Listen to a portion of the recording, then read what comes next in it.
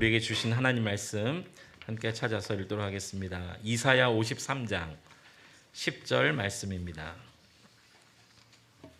이사야 53장 우리 10절 말씀만 함께 다 같이 찾아서 합독하도록 하겠습니다. 이사야 53장 10절 말씀입니다.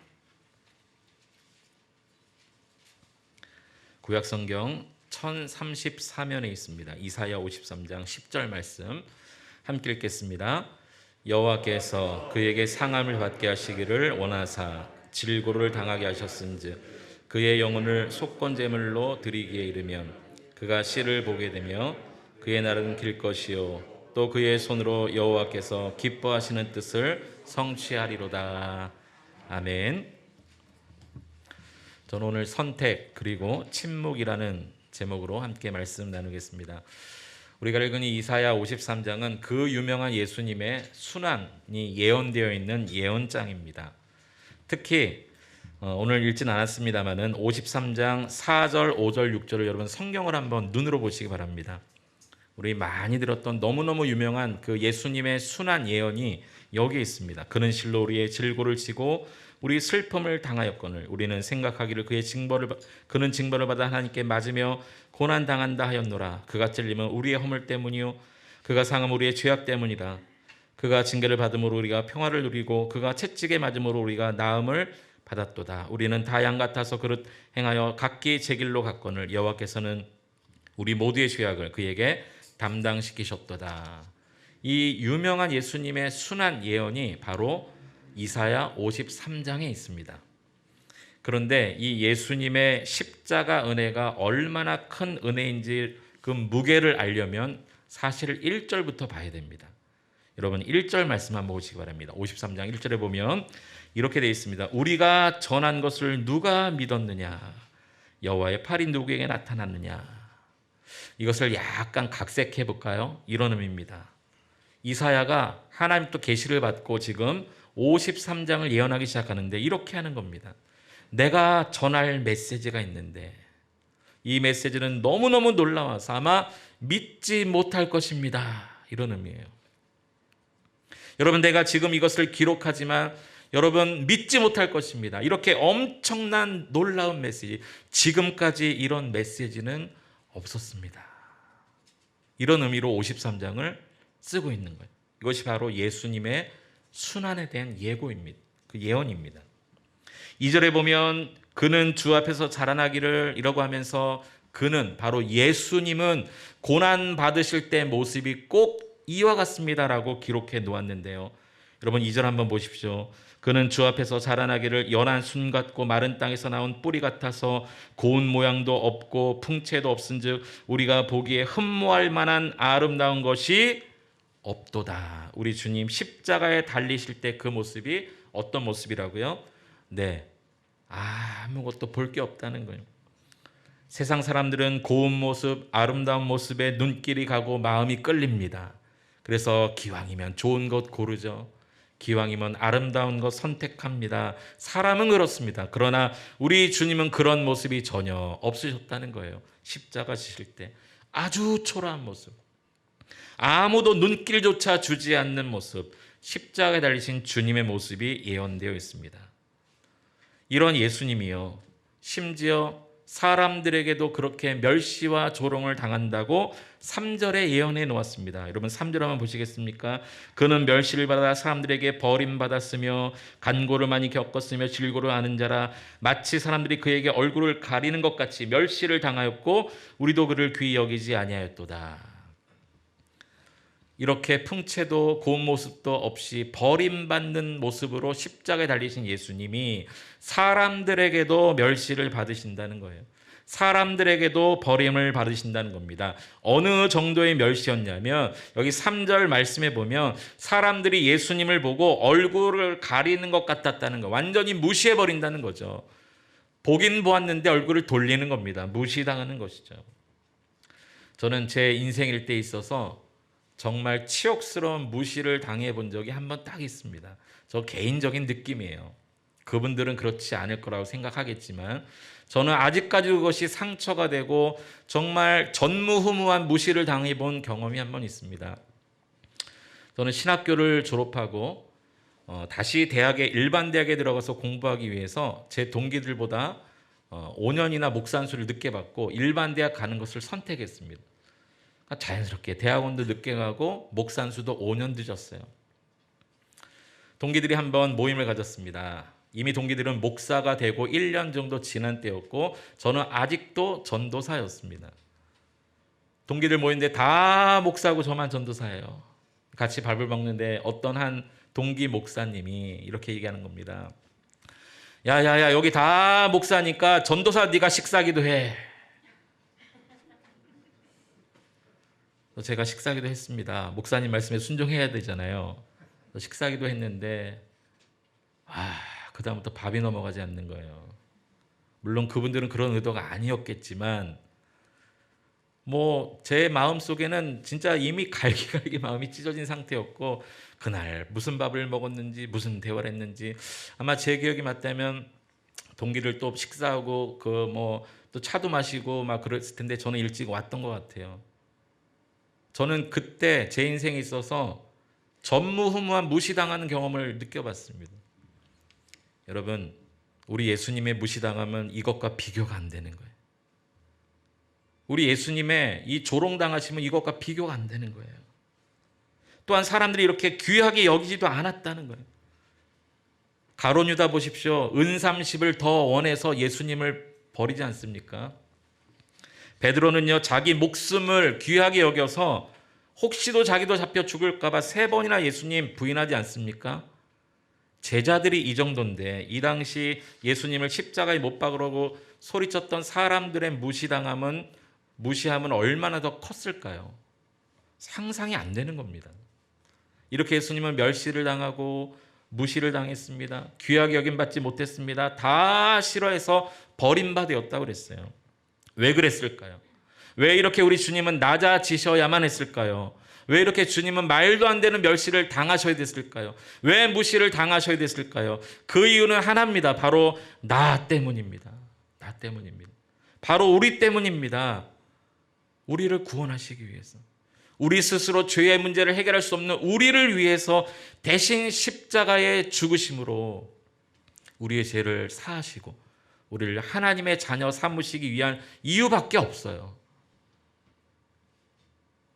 우리가 알고 있는 그 유명한 주님의 상하심이 바로 여기 53장에 기록되어 있습니다. 우리 때문입니다. 우리 때문. 우리의 허물 때문이고 우리의 죄악 때문이고 4절, 5절, 6절이 다 그것 아닙니까? 우리의 죄악 때문에, 우리의 허물 때문에, 우리의 상함을 치유하시기 위해서, 우리의 병을 낫게 해주시기 위해서 우리 때문입니다. 그런데 이때 예수님의 반응은 어떤지 아십니까? 이렇게 고난당할 예수님의 이 예언 그대로 기록되어 있는데요. 이때 예수님은 이렇게 하실 것이다까지도 예언해 놓았어요. 여러분 7절 한번 보세요. 7절 말씀 같이 한번 읽어볼게요. 시작.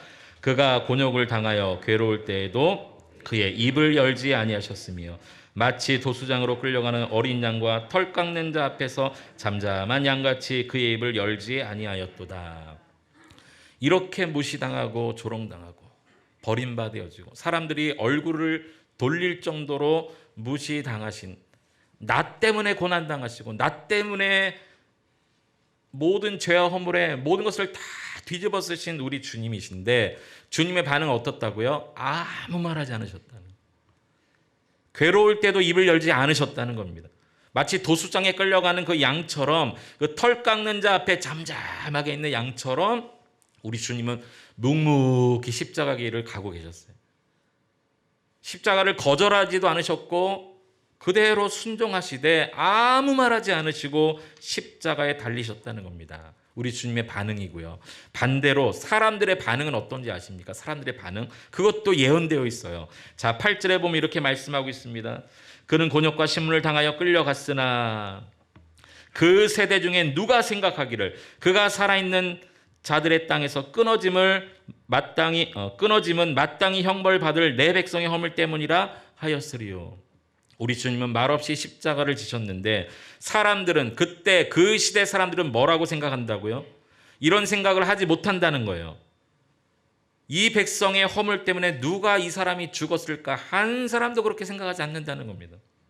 사람들의 반응이에요. 9절에 보면 그는 강포를 행하지 아니하였고 그의 입에 거짓이 없었으나 그의 무덤이 악인들과 함께 있었으며 그가 죽은 후에 부자와 함께 있었도다. 그 부자 아리마대 요셉의 빈 무덤에 장사되었음을 말하고 있는 것이죠. 여기 보면 악인들이라는 표현이 나옵니다. 악인들. 죄 없으신 분이 한마디도 말씀하시지 아니하시고 그대로 십자가에 달리셨어요.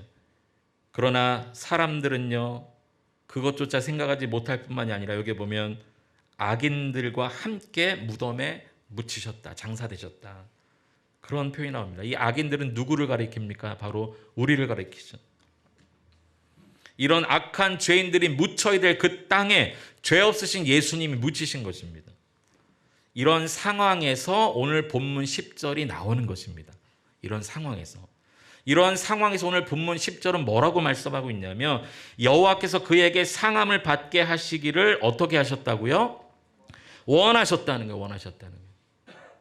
이렇게 무시당하고 조롱당하고 아무 말하지 아니하시고 십자가에 끌려가시고 사람들은 그 사람의 죄 때문이라고 생각하고 악인들과 함께 악인이 묻혀야 될 그 땅에 우리 주님이 묻히셨는데 이거를 누가 원하셨어요?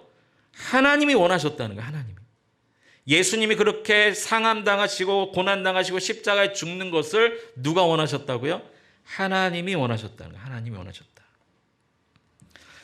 여기 하나님이 원하셨다. 이 10절의 주어가 여호와께서입니다. 하나님이 주어요. 하나님 그렇게 하셨다는 겁니다. 이 10절을 킹제임스 버전 영어 성경으로 보면 이렇게 되어 있습니다. 여러분 한번 보십시오. Yet it pleased the Lord to bless him 이렇게 되어 있어요. 이게 무슨 말이냐면 예수님이 이렇게 상하시고 찢기신 이 모든 것을 하나님이 아주 기뻐하셨다. 아주 기뻐하셨다는 거예요. 우리는 예수님의 십자가가 여러분 우리와 어떠한 관계로 맺어 있는지를 우리는 기억해야 됩니다.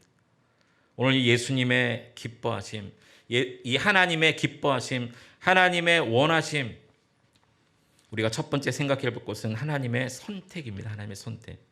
하나님이 이것을 선택하셨다는 것. 이것을 선택하기를 너무너무 기뻐하셨다는 겁니다. 왜요? 우리 때문에. 하나님의 결정이고 하나님의 의지셨습니다. 우리가 구원받는 유일한 길이 독생자를 예수님이 십자가에 죽는 것이기 때문에 이것 외에는 방법이 없기 때문에 이것을 선택하시며 기뻐하셨다는 거예요. 에베소서 1장 5절에도 이렇게 말씀하고 있습니다.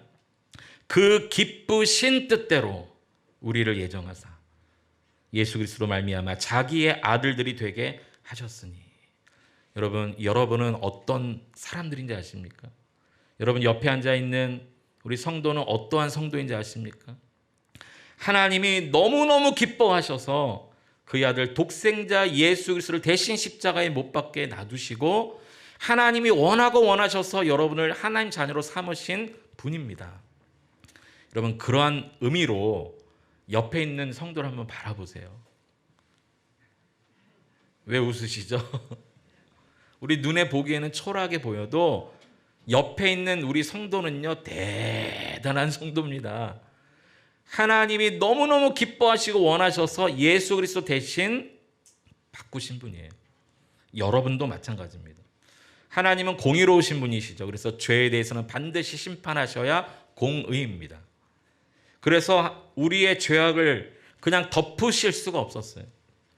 우리의 죄를 반드시 심판하셔야 공의의 하나님이신데 우리를 너무너무 사랑하셔서 대신 독생자 예수를 십자가에 못 박게 하시고 우리를 살리시는 그 방법을 선택하셨어요. 이것이 바로 구원입니다. 두 번째 하나님의 모습은 침묵하심입니다. 침묵하심.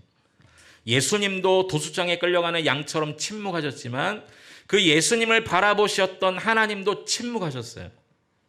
하나님은 독생자를 예수님의 이 모든 과정을 그냥 침묵으로 보셨습니다. 침묵하심으로 지켜보셨어요. 예수님께서 겟세마네 동산에서 이렇게 기도하신 적이 있습니다. 십자가 지시기 전날 밤, 아버지여 할 수만 있으시거든 이 잔을 내게서 옮겨주십시오.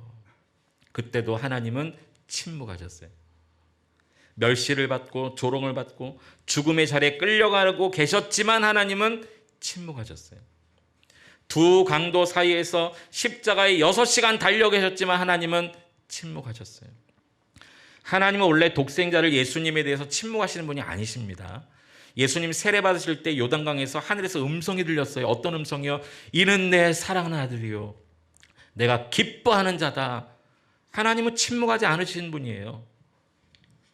또 베드로와 요한과 야고보와 함께 변화산에 올라가서 그의 모습이 변형되셨을 때도 똑같이 하늘에서 음성이 들렸어요.